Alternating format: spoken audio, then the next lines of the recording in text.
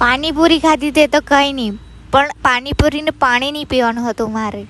કેમ તે તમે જોઈ લો આગળ મારી હાલત.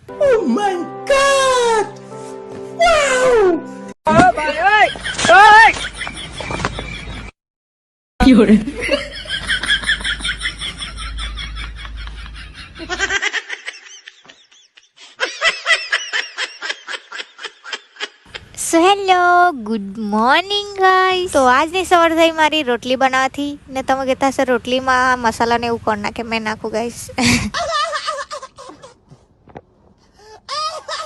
પછી ફટાફટ લોટ મસળીને મેં બનાવી કાઢી ને બેસવાની સ્ટાઇલ કઈ મસ્ત યુનિક છે ને.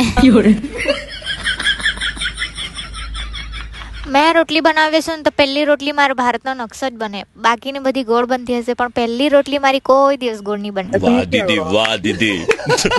દીદી વાહ દીદી. રોટલી બનાવતા બનાવતા જ મેં એપલ ખાઈ લીધું. કેમ કે તમને ખબર જ છે મને ખાવાનું બનવા પહેલા જ ભૂખ લાગી આવે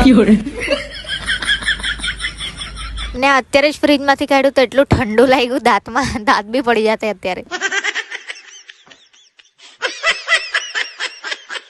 પછી મસ્ત રોટલી શાક બનાવીને હું આવી ગઈ બહાર મસ્ત ખાવા માટે. જો મસાલો એવું નાખ્યું હતું રોટલીમાં તો કેટલી મસ્ત દેખાય છે રોટલી.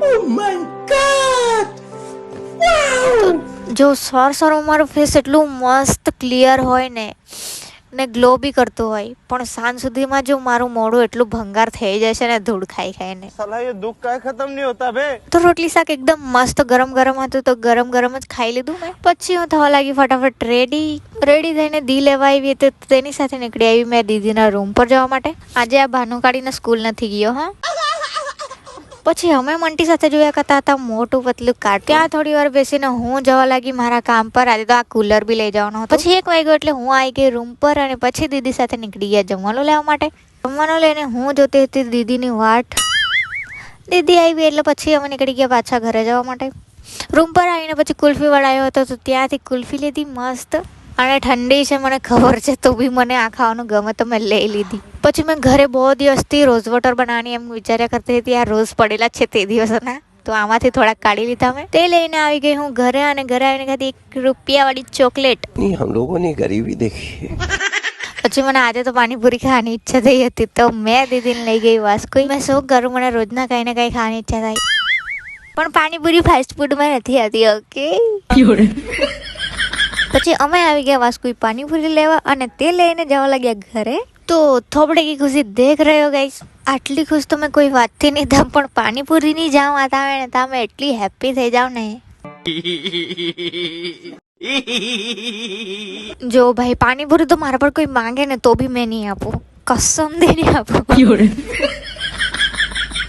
तो अभी हम स्टार्ट करते हैं पानी पूरी खाना. रहा नहीं जाता, तड़प ही ऐसी है ना.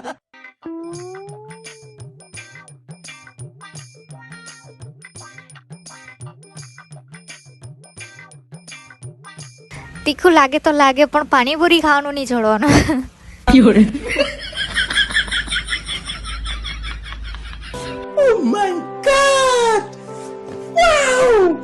પાણીપુરી તો મેં પૂરી ખાઈ લીધી પણ છેલ્લે મેં પાણી પીવાની થઈ એમ. પણ પાણી એટલું ટેસ્ટી હતું ને એનું, પણ તીખું બી એટલું જ હતું તો મેં વળી પીવાની થઈ. પછી મારી હાલત થઈ ને પહેલા તો મને કાંઈ જ ફીલ નહીં થયું. પછી જો મરચું લાગ્યું એટલે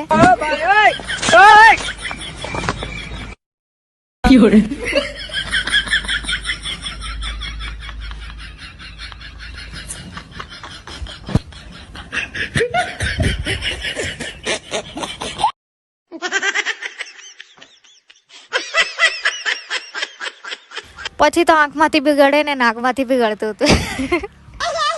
એ તો સારું મેં એપલ ને પાણી સાથે જ લાવી હતી એમ. પછી 2 ખાંડ બોટલ પાણી પીને અને 1 એપલ ખાઈને મારું તીખું જતું રહ્યું. અને પછી પાણીપુરી ખાવાની ખુશી તો મને હોય જ. મેં ગમે જે ટેન્શનમાં હોઉં એકવાર પાણીપુરી ખાઈ લેવું ને મારી ફેવરેટ, પછી મને કાંઈ નહીં. ગાઈસ તમે જોઈ રહ્યા છો પાણીપુરી ખાવાની ખુશી. આટલી ખુશ તો મેં કોઈ દિવસ નહીં થામ જેટલું મેં પાણીપુરી ખાઈને ખાઉં. તીખું બહુ લાગ્યું પણ બહુ મજા આવી પાણીપુરી ખાવાની, મારી ફેવરેટ. પછી મસ્ત આ ઇવનિંગનો નજારો જોયો, એટલું બ્યુટીફુલ દેખાતું હતું. પછી સાંજે તાપણું કરતાં પાપડી ખાધી મસ્ત બાફેલી. ઉગાડી હમકો અભી નસીબ નહીં હુઆ હે તો મળીએ કાલે. બાય.